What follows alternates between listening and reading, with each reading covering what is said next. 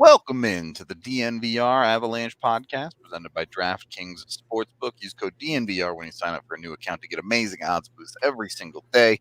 I'm your host, Rudo, coming at you with AJ Haefele. My DraftKings pick of the week as we continue to look for the strangest bets on DraftKings. AJ wearing his Ferrari hat. You can bet on Formula One. You can bet on the winner of the race or the podium finishes of the race. You can even bet on qualifying. But what we're doing today, what we're doing right now, is we're betting on the winner of Free Practice 2. You can bet on anyone in the race to win the second practice session. Now, you could be safe. You could bet on Lewis Hamilton at plus 110, Max Verstappen at plus 330, or you could think something crazy is going to happen in Free Practice 2, and you could bet on Mick Schumacher at plus 100,000 to win Free Practice 2. So, what? Yep. So, not only, look, it's a free practice. For all we know, no one's even going to try, and Mick Schumacher could win. Or, someone's car will malfunction and they won't even go out for that free practice. You never really know. And that's the beauty of trying to find the weirdest bets on DraftKings Sportsbook is sometimes nobody has any idea what's going to happen when it comes down to some of these bets. So jump in on it. Head on over to DraftKings. Again, use that DNVR code to get amazing odds boost. You can also get $200 in free bets if you put $5 on any football game and guess the correct team to win. So check that out. Must be 21 or older. Colorado only. Other terms, restrictions, and conditions apply. See DraftKings.com/sportsbook for details. DraftKings is an official sports betting partner of the NFL. Of course, if you have a gambling problem, call 1-800-522-4700. All right. AJ, how you feeling today? How? You don't want to know the honest answer to that question. All right. How in the world is Max Verstappen at plus 200? Right? It feels pretty high for Verstappen, given he's what, like 8 points behind Lewis in the championship race. Valtteri Bottas at plus 2,000. Yeah, but Bottas will just get Valtteri. It's James, right? Like they'll force him to give up the position to Lewis if it comes down to it. I mean, it's a free practice. No, he's not plus 2,000 in the free practice. He's only plus 120 in the free practice. Okay. Your boy, the Donut Man, is plus 2,000 though. Jesus. Verstappen is plus 330 in the free practice, so that's a pretty good bet. This is what I'm saying. This doesn't make any sense, man. So, free practice. Go get betting on it. Right now, it might be as good a bet as betting on the Avs the way they've played over the last couple of games. So, who really knows on that front? AJ, how are you feeling about yesterday's game after a well-earned sleep? Better. Yeah? Yeah. I thought we were justifiably frustrated. Sure. But I looked at some of the numbers. Yeah. Because I just wanted to see. I typically don't look at a lot of team numbers in like small samples, like 4 games. Sure. It's gonna be misleading sometimes. Yeah. And especially when you have a game like Washington where you just got caved. Yep. And they didn't have any other games that were like extreme. And so I kind of just wanted to see, because I'm through 4 games, I'm sitting here, I'm thinking they haven't played well. Their defense has been bad. Their goaltending has been really bad. And they are not capitalizing on any opportunities whatsoever. Yep. And so I started looking at some of the numbers and I started digging through some of this, and it's okay. Like it's not. It's Does your theory hold up then? That the hockey's fine. It's just a lack of finishing. I'm not gonna say fine because we know that this team has better. Sure. Like we know that this is a group that we're not expecting fine from. Right. I mean, but fair. They're not bottom of the barrel in the league in some of the stuff, except in actually scoring. They're not the Arizona Coyotes getting their shit kicked in every night.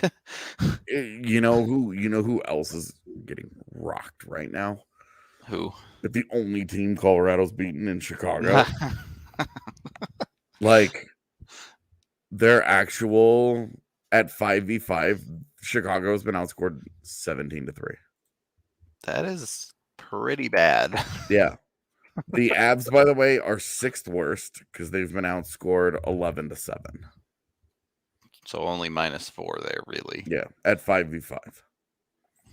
Could be significantly worse than that. I know. For our daily drop in of the guys that come in every single day and say that they should have kept Gruby, Seattle's getting outscored at 5v5 16-7. Jesus. So Seattle's might be terrible. Montreal's getting outscored 9-3 at 5v5. So they're not scoring the same way as Chicago, but they're also not giving up nearly as many as Chicago is, I guess. There's the question. Who's the last team to get a win? Montreal, Chicago, or Arizona? Arizona. You also, think so? Yes. Also, guess who's 3rd worst in this 5v5? I'm just looking at it right now. It's Tampa Bay. Yeah, they've been off to a bad start. We talked last night about how like Tampa Bay is not off to a great start themselves. Like Colorado Saturday night, we're looking at it like, oh god, they're gonna get smoked Saturday. They're playing like crap. They're hurt. It's the end of a road trip. All these things are there for them to get smoked, right? And it's like Tampa Bay hasn't played well either. They're not getting anything. Yep. So they've been outscored 10-4 at 5v5. So some of that I thought was interesting. And then you go and you look at like the real nerdy shit, like expected goals for, and it's way more reasonable. Yeah, Colorado's 12th in the NHL at 52.71%. So certainly a level of pucks not going in, or pucks going in too easily. And guess who's sitting right in front and right behind them? Washington and Florida. So, yeah. That more or less sums up the last 2 games right there, doesn't it? Number 1 in expected goals 4% right now is Buffalo. Hey, they're undefeated, all right. And then last is Winnipeg. So, yeah. Just to continue kind of going through some of this because we're already in this room. Might as well. The Avs are actually 5th best in the NHL in scoring chance percentage. They've had 98 of them. They've given up 75. Again, this is all at 5v5. Right. So that's what's crazy is that they've given up 10 goals off of scoring chances and only scored 6.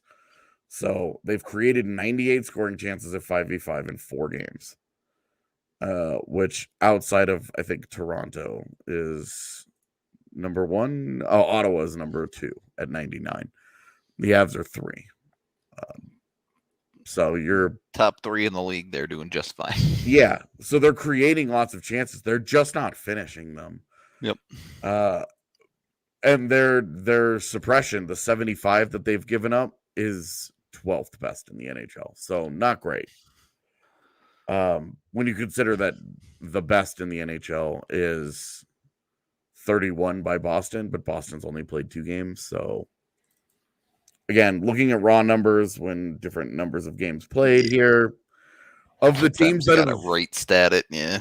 Of the teams that have played 4 games, Colorado is actually the second best in giving up scoring chances. And they've only given up 2 more than Nashville, who's number 1 there. So again, we think that the Avs have been really bad, and it's just the Washington game that they've been truly awful. Yep. Truly awful. They really weren't that bad against Florida. Yeah, they were nowhere near, because that's why last night when I got home, I did not want to write a regular post-game piece about it, because it was a lot more of a cumulative annoyance that they lost than it was the kind of the reality of how they lost. Yeah. Where, look, they played a decent game last night. Now they've got plenty of problems that they've still got. They've got a lot of things that they need to fix, but they've got plenty of problems. But they played an okay game. I would even say a solid game against the Panthers, and it just came down to capitalizing on opportunities. I mean, I think the second period was problematic. Yes, I understand the quality of opportunities against them was low. Yeah, well, and you also keep in mind though that I think I'm not going to be able to pull this up in time because we're already talking about it, but it was something insane. Like they threw 30 pucks at the net, and 23 of them hit the net. Yeah, where it was insane, dude. Yeah, they couldn't miss, that's for sure. And that's no argument. The second period, the Panthers were 26-15 at 5v5 in Corsi. Yeah, 36-19 in all situations. That's nowhere near good enough. You're getting dominated in possession at that point. Yeah, it was 14 at all situations. It was 36-19 in Corsi, and it was 23-12 in shots, 14-12 in scoring chances, and the Avs actually had more high danger chances with 7-6. Again, so that's where quality wasn't super high, but right. You start to look at actual quality here, and you say, okay, how did this go? And it was staring down the Avs hitting 2 posts. Yeah, the actual quality of chances was ever so slightly in Colorado's favor throughout the entire game. But they definitely, I mean, that's too many. I mean, 36 shot attempts in one period from a team. What the F? There's no argument that shit is not good enough. But when you watch how it got made, you watch how things unfolded. I mean, it's a 2-1 game going into the third, and they get a double deflection off Avalanche sticks. Yep. In the final minute. That's the exact type of goal to me that goes in when you're giving up 36 shot attempts in a period. 100%. That's exactly, when you talk about making your own luck, that's the perfect example of how you do it. You just throw pucks at the net, and eventually remember last year, we saw it, they couldn't score. Yep. They were burying teams and winning 1-0. Yep. And then all of a sudden, the dam broke. Pucks started going in. And they started scoring 4 and 5 goals per game, because eventually it's just going to happen.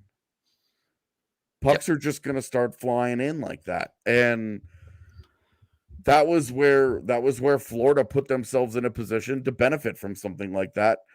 And the Avs,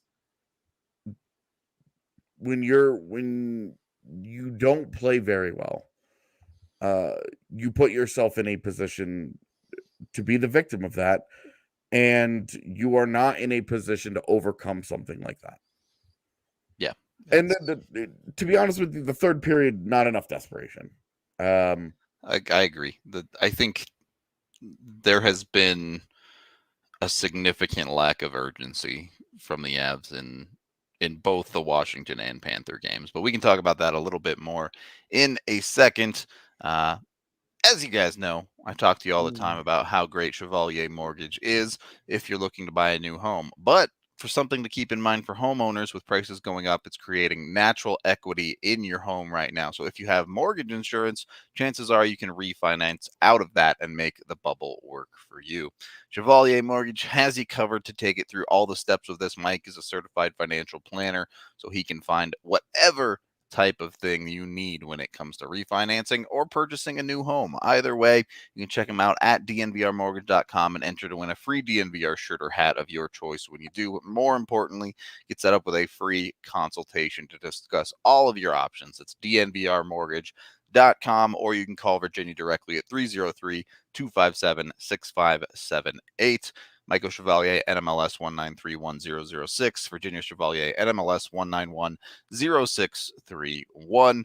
Then go on over and check out Sexy Pizza. If you haven't tried them yet, they're absolutely delicious. They're approved by all of the people at this company that have lived on or grew up in the East Coast. So I don't trust the East Coast for a lot of things. Pizza's one of the things I trust them with. But AJ, please join me on this. Are you a Chicago pizza style person? Please say no. You mean, do I like lasagna? Yeah, do I like because that's what casserole? Chicago pizza is. Yeah. Yeah, no. I'll pass. All right, good. Because that's I have to get, as it is, my favorite is the New York style, and I have to get light sauce on it because I get real bad heartburn. sure. I'm not sure I would survive a Chicago style pizza at this point in my life. I feel like that would just be a wildfire inside of my body. Well, Sexy Pizza has you covered with that. They've been in Denver for 13 years. They are the New York style pizza to get here, and they even have specialty pies such as vegan options and sauceless. You name it. If you want something specific, they can make a pizza that works for your diet, no matter what it is. So check them out today. Yes, they are really called Sexy Pizza. It's not just me trying to dress it up as a attractive pizza. That's their actual name. You can try their gluten-free pizzas as well. They have 12, 16, 18-inch crusts, all of that hand done in their place. They have 4 locations: Capitol Hill, South Pearl, Jefferson Park, and Park Hill. So check them out today. They also have a new location coming soon down in Trinidad. Once you've had delicious pizza and gotten your mortgage situation all sorted out, that's when it's time to come on down to the DNVR bar. Have a good time with us. Have our amazing Breck brews. Hang out. Have our amazing food as well, because we got the Wagyu beef burger. If nothing else, you can also get a bunch of cool stuff like big beers when you get a DNVR membership, access to the DNVR lounge, things like that. Annual membership. It's a blast to come hang out with us. We have a good time. Be sure to check out our watch along if you can't make it down to the bar on Saturday nights too. So yeah, we'll be out here making the content for you. Second period of the DNVR Avalanche podcast presented by DraftKings Sportsbook. So the underlying numbers giving you a little bit more confidence in this team, AJ. Yeah, and now we're gonna get into where they've got problems. Okay, so let's reel it back. Yeah. The big thing.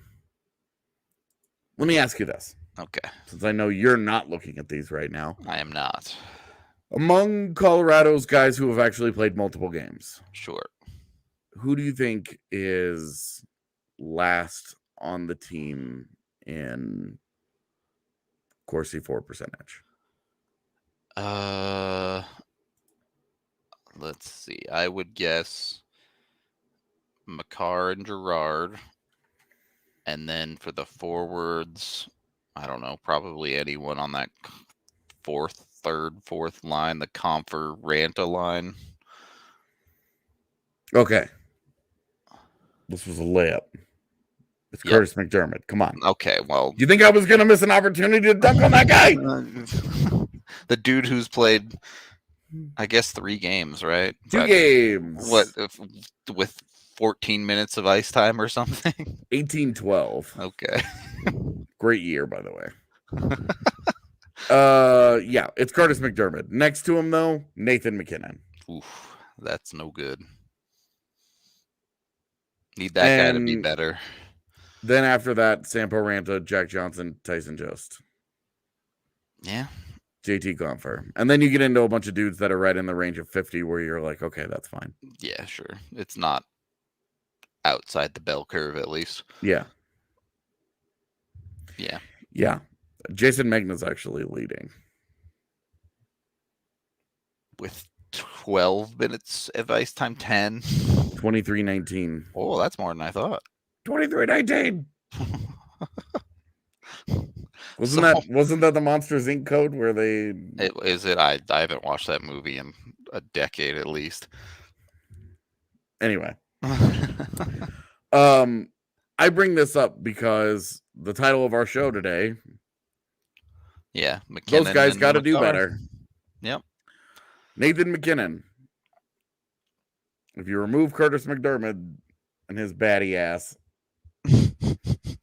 Nathan MacKinnon is your worst 2 games player. Yeah. 2 games, okay? At 5v5 right now, his Corsi 4 percentage is 35%. That's really, really bad. The Avs have been actually outshot 18-10. They've been outscored 6-1. They've been outscoring. They've been outscoring chanced 16-9. High danger chances are 5-3 in favor of the other guys. None of this is good.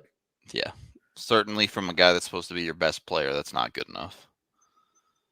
Not helping is a 66.67 on ice save percentage.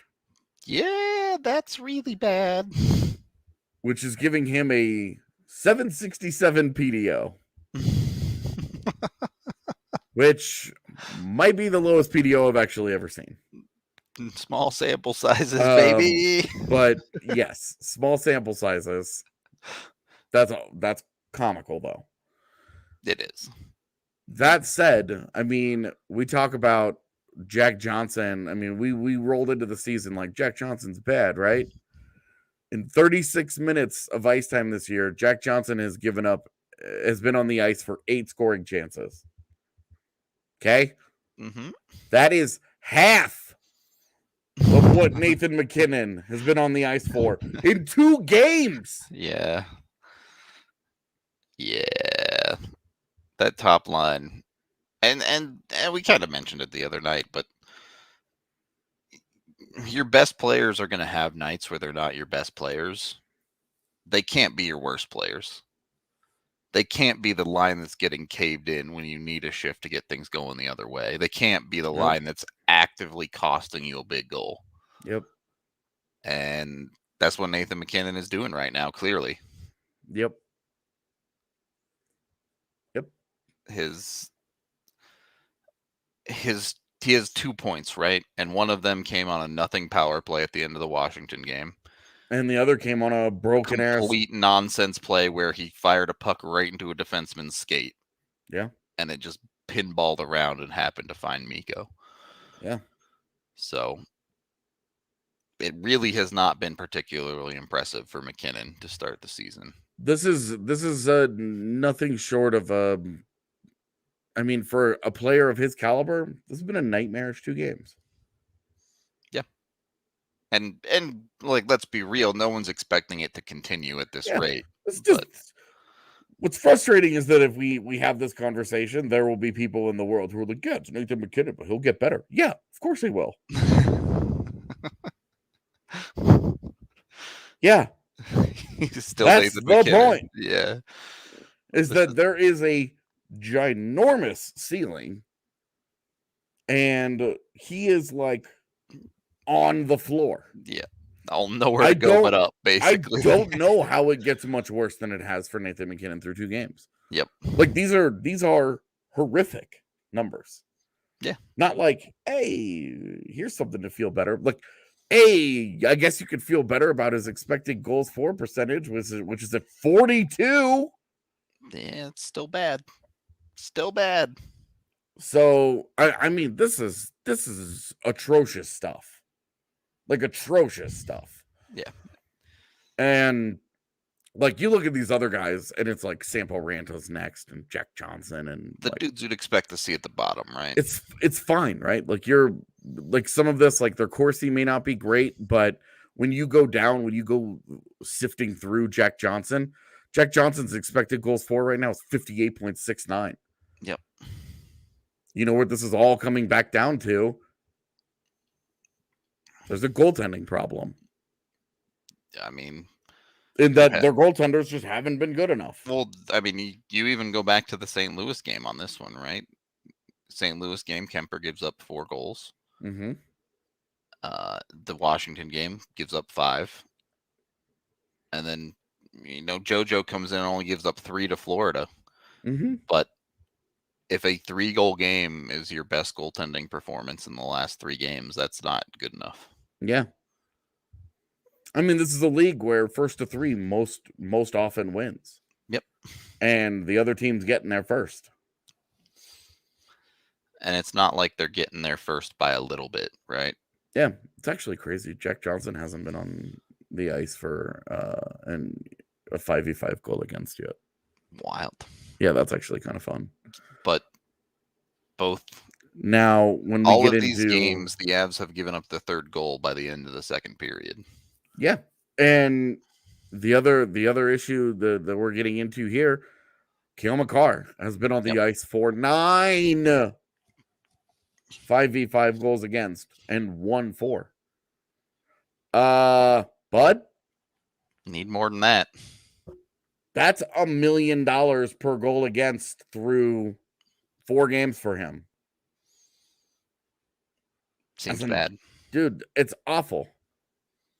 It's Sam Girard has been on the ice for 7 5v5 goals against and only 3 4. I mean, that's supposed to be the pairing that's getting you through. And they're getting destroyed. Meanwhile, Erik Johnson's been on the ice for 4 5v5 goals for and 0 against. Bowen Byram has been on the ice for 1 5v5 goal against. And it was the goal at the end of the 2nd period. Last night. Yep. The double deflection, the double doink. And he was the guy who actually made the play. He made the right play. Yeah, he had possession of the puck, gave it to Landy on the boards, and then Landy just decided he didn't want the puck anymore. Landy like curled back and was like, "Oh, I mean, he either because of the camera angle, you can't see how the puck right up against the boards, but it certainly looked like he just forgot to take the puck with him. It looked like he just whiffed on it, or it hopped on him, or something. Yeah. So it was the point in all of this is like, is it great that Bowen Byram is literally over 50% in every single major category? That's great. Yeah. That's encouraging. That's seriously encouraging. That Erik Johnson is similarly experiencing very good underlying numbers. Yeah, like not as good as Byram, because he's playing in some end game situations that are putting him that are hurting some of those numbers. But like Makar is like, there are positives with Makar. His expected goals is 51.56, but he's also 38. He's been on the ice for 38 scoring chances against. Well, and as I talked about, there are teams in the NHL who haven't given up that many. The one stat that we're not going to have that I would love to, I just wish it was easier to track in the NHL. There it is. There's that guy that we were waiting for. I wish that like the passing project was more readily available. There were more numbers on effective passing numbers in the NHL. Because we wouldn't want to see those right now. That's what I'm saying is I think especially for the defensemen, they would be bad. Yeah. Really, really bad. Yeah. And that's one of my biggest problems with Makar right now is sure, maybe there's some positives you can see with goals for percentage and some of those underlying numbers, but the concern is that Makar is not doing all the things we've come to expect from him. I know multiple people in the chat are asking if he's injured, and there's nothing official. There's been no official comment on his injury, but everyone's seen the picture of his hand all wrapped up. Yeah. So, which, by the way, we don't know, especially having not been in locker rooms for now a year, going on God knows how long, since February of 2020. We haven't been in locker rooms. There are guys who regularly tape up things. That looked pretty excessive for I'm saying regular tape, but I'm just saying we don't know for sure.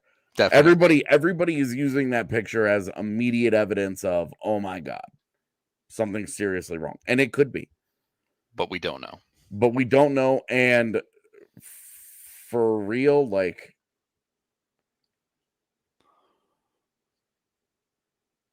okay. Jesus. I enjoyed Scott's joke in our chat. I thought that was very funny. Got him. Yeah. Sexy pizzas. P.S. What's up, Scott? I don't remember what I was saying. I got distracted by the very amusing joke. We were talking about something.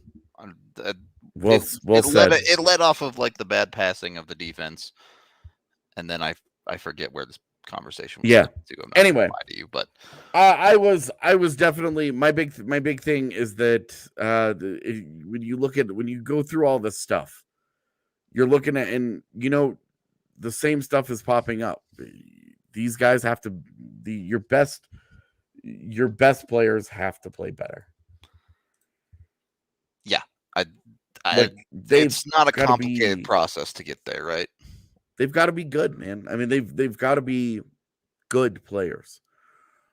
Now they're not good. They're nowhere near good enough. Your best players don't have to be your best players every night, but it's really hard to win when they're your worst players. Well, and if they're your worst players, they're also taking on the hardest matchup. So guess what? That means the other team's best players are kicking your ass. Yeah. And what happens when the other team's best players are kicking your ass? You're losing games. Yeah. There is no other answer, right? Like we saw in the playoff series with the Blues last year, where they tried to shelter O'Reilly, and that just doesn't function. I mean, it worked. It worked for O'Reilly. It didn't work for the Blues. Right. That's the thing. It worked for O'Reilly. He bounced back. He put up good underlines. He was the only Blues player at the end of the series over 50% in shot attempts. And it didn't matter because every time that he got on the ice against Colorado's top line, they feasted. But they hit him in that series to try and get him going because their theory was, if these guys are going to smoke us anyway, might as well have O'Reilly doing good things. Yeah, we might as well move this guy around and try and get something going out of our best player. Fair enough. And so I think that brings up should the Avs do something like that? Yeah. And I think that it's time to have the conversation. Should they consider, while they're trying to find answers in their forward core, while Nichushkin is out, which is a really weird thing to say out loud, should they break up the three-headed monster for a bit? I know they've been together for the whole game. I wonder if it's not that they should break up the line, and maybe, especially because they're coming home for a game against Vegas, it's just going to be tougher against this Tampa team. But maybe Bednar should look to snipe line matchups a little bit harder for them to get them some easy shifts, to get them going a little bit. Yeah, I mean that's hard to do on the road. That's what I'm saying. This is more of a Vegas game thing than this upcoming Tampa one. But so what do you think about actually the idea of actually breaking up the three-headed monster and maybe moving those guys around? I mean, look, MacKinnon has proven in the past that dude can score with literally anyone on his wings. So if you're looking to get him going, switching his wings up probably isn't that big of a deal. Totally fine with that. Mikko, for as invisible as I think he's played over the last 4 games, he's a dude that just finds his way to points no matter what. He's a point per game player right now. And Landy will be just fine with anyone. We've already seen the Avs in the past move Landy around all over the place to try and fit into spots in the roster. So will the Avs be fine splitting up the three-headed monster? Yes. Is it better for the Avs? Maybe you could make the argument that in the immediate, to get MacKinnon going a little bit, it could be, but it can't be a long-term solution, right? I look, they're the best line in the league when they're rocking, and I just don't know why you would break it up. Like, I feel like you give them. I mean, again, they've had one game together. Is this less of a break up the three-headed monster and maybe double shift MacKinnon a little bit with a second or third line? You mean if his conditioning is there? Sure. If they're comfortable with trying to sneak him out onto the ice in between Helm and O'Connor. Yeah.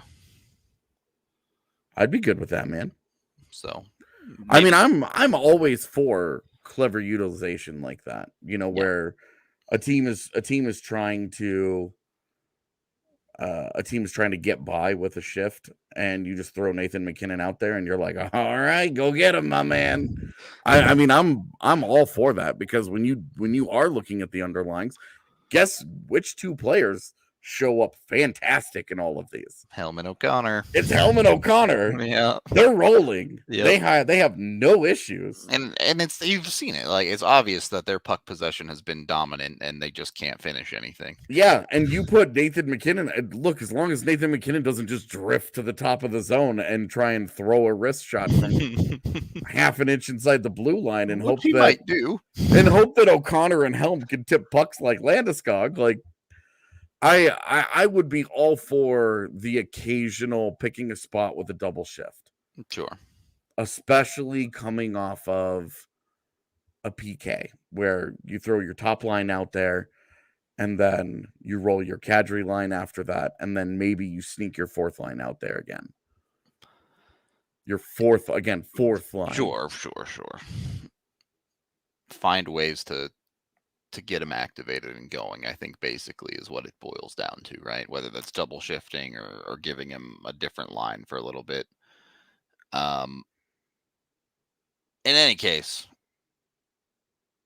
if you're looking to double shift in the bedroom,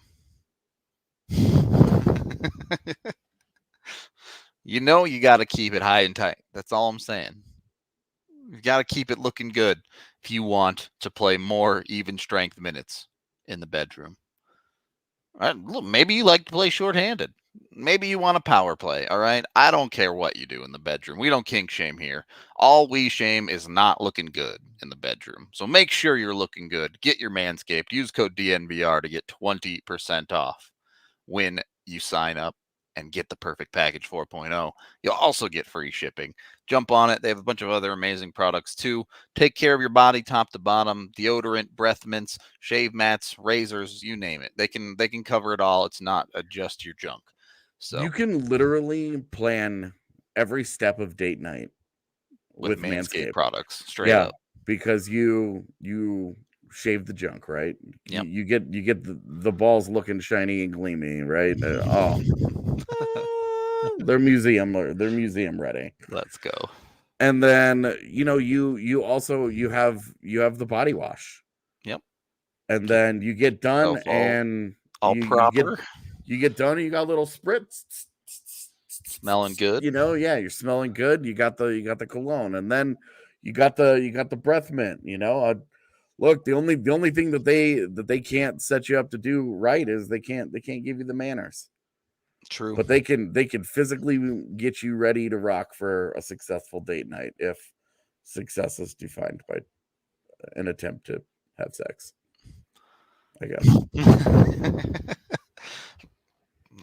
I don't know. I'm not going to tell people what success is. That went downhill really fast. My point is that you can have an entire collection of quality Manscaped items. Exactly right. It's not just the lawnmower. They will be with you every step of the way.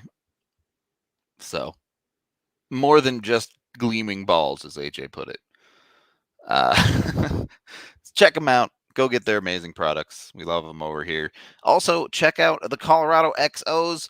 If you guys haven't heard about them, they're an experimental rugby team here in Colorado that has taken athletes from other sports and tied them into rugby to see if elite athletes that have played at the highest level of sports like football, basketball, baseball, wrestling, soccer, and track and field can convert to a rugby team. And they did pretty well last year. They were a 500 rugby team at 5-5, composed of a bunch of guys that had never really played organized rugby before. So it's clear that they have a little bit of something going here. You can check them out at Infinity Park in Glendale. They're now known as the American Raptors, a proper team, which, by the way, Infinity Park is Rugby Town, USA. It's where the men's and women's official 15 teams do all their practice. So it's literally some of the best rugby in the country that you can go watch here in Colorado. So the best part about the American Raptors games, they are free right now.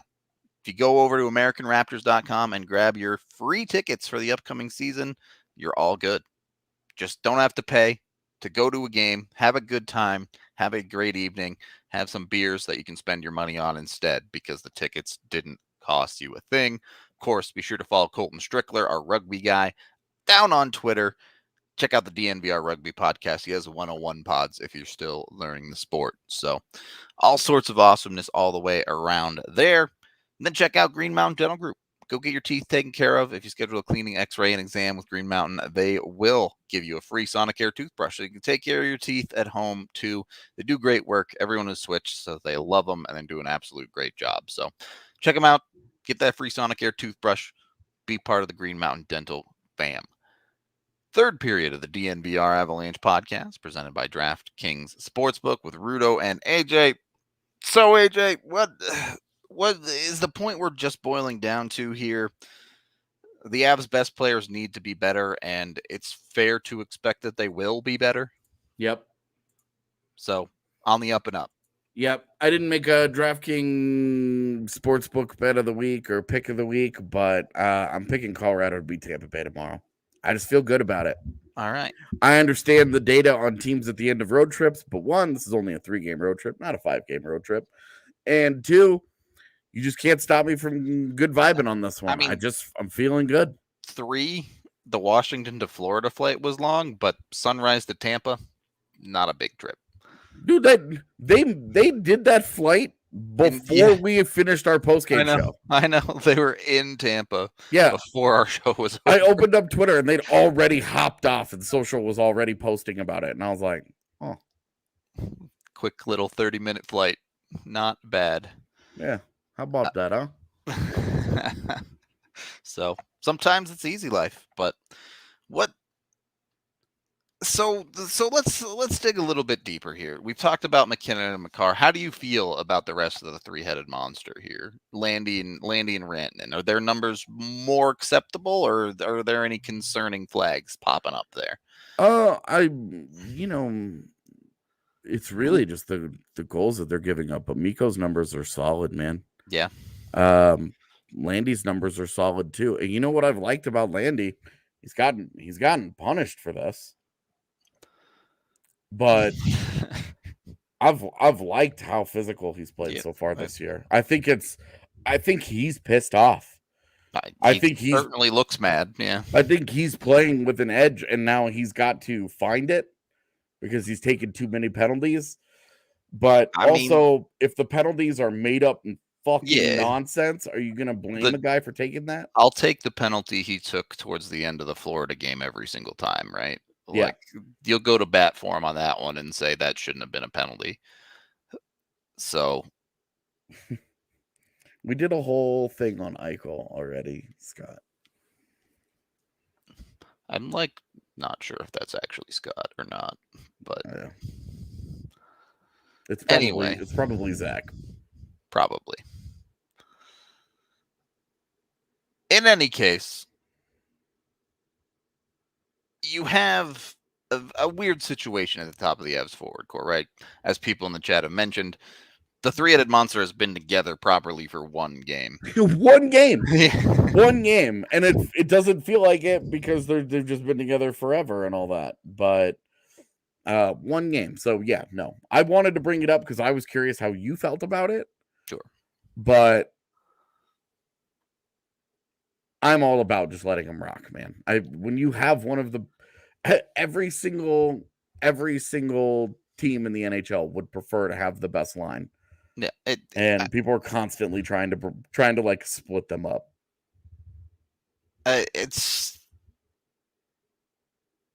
When it comes to the three-headed monster, I don't really have a problem with switching it up for any one given game or period or something like that. Yeah, sure. But certainly long term, it's not something that you can stay away from. It just doesn't make sense to not go with a line that you know can and will dunk on teams. Yeah, straight up. Like, you think Boston's breaking up their top line? Why would they? Right. There's no reason to make yourself worse, especially at the top. It's a good way to put it. All about that. Yep. They really just need to they need to do their thing, because I think that we've seen a lot of encouraging things out of some of the depth cats here. Yeah, I agree. JT Compher looks rock solid, man. I mean, JT Compher's underlings are going to look bad forever because of that Washington 4-26 or whatever that was. Yeah, it would take weeks of him squeaking by over 50%. But you're getting the production you wanted out of JT Compher. Yeah, he looks rock solid so far. Kadri and Burakovsky, I mean, the scoring is there for Kadri at least. And Kadri's underlings are all good too. Yeah, like Kadri has done every single thing that you wanted that you are looking for out of him. He has been good this year. Burakovsky has not picked up his slack, given that he's primarily a guy that you want scoring goals. Yep. Like, come on now, start finishing. And I think look, he was demoted to the third line in practice today. We'll see if that carries over into the game. There was no Jost during practice, so that might have affected some of that. But Berkey, it happens every year where Berkey gets dropped down a line or two as kind of a get him going type of thing. We need more from you. The kind of a boot in the ass. And the thing is, like, I'm sure maybe the points aren't there for Berkey right now, but the chemistry with Kadri has been. Those two together have been pretty damn good. Yeah, I mean, how many 2-on-1s have they had in the last? Not counting just the look Washington at the Florida game. Yeah. I mean, Kadri, he telegraphed the shit out of it, but that 2-on-1 where Berkey ripped the one-timer and Bob made a good read and a good save. Yep. Kadri really helped him out there, but you're still talking like Kadri has done what he wants. Kadri has done what you want from him as your 2C. He has lived up to his responsibility. Yep. So I think you're good there. Berkey really has to pick it up. Compher has given them good depth scoring. Your fourth, we keep calling it, Helm and O'Connor have been good together. Yeah. It's really like that, like, lost third line. Yeah. With Sampo Ranta's getting crushed every night. He's not really doing much. He had a good scoring chance last night and didn't bury it. Yep. Martin Kaut and Mikhail Maltsev, I think, have been fine in the 2 games that they've played on this trip. So the problem is Helm and O'Connor have been very good together, not calling out anything in their game, but there's a ceiling to those guys' scoring ability. Yeah. That's just a reality. And you can't run 2 lines that both have that problem. You can't run a third, fourth line that has Helm and O'Connor have 1 goal to their name. Yeah. And then you also have the line of Ranta and whoever ends up next to him, whether it's Jost or whatever. Ranta and Jost, and that has not scored a goal yet this year. Yeah. So, and really hasn't, like, Sampo Ranta on the ice this year A 33% expected goals for. Like it just, Yeah, that's pretty bad. Yeah, they haven't created a ton. With him on the ice now, there's been a lot of moving parts. Like Jost has moved all around, so it's hard. But right now, I mean, the thing is that like they are straight up. They are straight up. They have a lost line. They've got a line that they're not getting anything out of. It's getting beat up every night. And one of their more reliable lines was the fourth line, which is turned into their third line, and that cannot be a third line. It is not talented enough to be a third line. It will not finish enough to be a so third you're line. really talking about rolling out 2 fourth lines, and one of them is effective, one of them is not. Neither one of them are going to give you very much scoring. Yep. And if Berkey and Kadri are not doing what they need to be doing in terms of production, I mean, collectively, when one of them is going and not the other, it doesn't do them a lot of good. Yeah. Collectively, and the top line isn't there. Like, it's easy to see why they've had some problems here. For sure. But the top line has played one game together and they scored. It was as ugly as it was, it scored. Yeah, it was a broken, janky ass play, but they've scored. And they were 2 posts away from having 3 goals in that game. So yeah. And I mean, Nathan MacKinnon, you remember, it's one of those. He also had a wide open look on their first power play. Yep. That he just bombed wide of the net. Yep. So, they had their opportunities last night. I am curious to see now that the three-headed monster is back in the lineup, whether or not they're going to continue to play together. Sure, whatever. I expect that they will, because he's been kind of that line has kind of been the warm blankie that Jared Bender wraps himself in when things get hard. And for good reason. It has consistently proven to be the right thing to do. That was not a criticism. It's just a fun metaphor. But I do what I want to see is can guys like Ranta and Maltsev and Kaut, can they find ways to some offense? Because if they can get a little bit of offense there, I mean, it just makes everybody's life so much easier. Yep. And obviously the other big thing here, we haven't really talked about it offensively, the defense. This is one of the NHL's most active defenses in the league. One of the most offensively oriented defenses in the league, between Makar and Gerard, and what they can get out of Byram and certainly EJ. Like, there needs to be more production from the defense. That group as a whole has to play much better. Yeah, I agree. The defense has been bad, and just full stop, needs to be better as an entire unit. But I think the point of this podcast is to kind of say, yes, the Avs have not been at their best, but it's not catastrophic, and it's extremely reasonable to expect them to be significantly better in the upcoming future. By upcoming future, I mean like Saturday. As we move into our final thoughts here, look, if you're salty and all you want to do is be mad and rage about this team right now, go watch my video from last night, because that'll give you what you want. But we got that out of my system, being reasonable again today.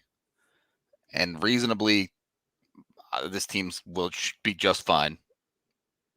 Just kind of waiting on some of its puck luck, some of its guys got to get their shit together a little bit. But I think you worry way more about getting your shit together and then deal with the rest from there. Agreed. But no one is so far gone that you're wondering if they can actually do it, right? Your expectation is still, everyone's going to get their shit together in the next week here. Yep. So, any final thoughts from you, AJ?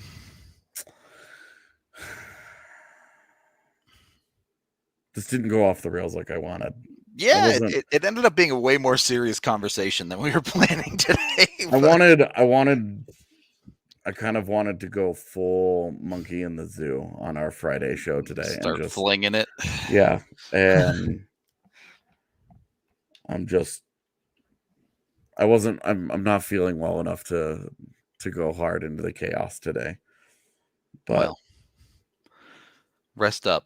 The I watch appreciate along will be everybody chaotic. coming and hanging out. Yeah, we are going to be at the bar tomorrow night for the watch along and for the game, of course. You guys should definitely come hang out. We also are going to be at the bar on Sunday afternoon for Formula One. Yep. So if It'll be a fun anybody weekend. wants to get into F1 at all or is interested in watching a race, we have a really fun group of people that I'm hoping are going to come out, and they're very new person friendly. Yep. There's no gatekeeping, none of that, you know. And it would be fun to get some other people to go hard into the paint into some F1 with us. As long as you don't root for Checo. You could root for Checo. I mean, we need people to be wrong. All right. On that note, we're going to get out of here. Thank you, everyone, for watching, listening, however you consume the pod. We appreciate y'all very much. Be sure to like and subscribe on YouTube. It is super helpful to us when you do that. Other than that, yeah, we'll be back tomorrow for a watch along during the game and post game as usual. Hope to see you all either at the bar or in the stream. Either way, we will talk to you later.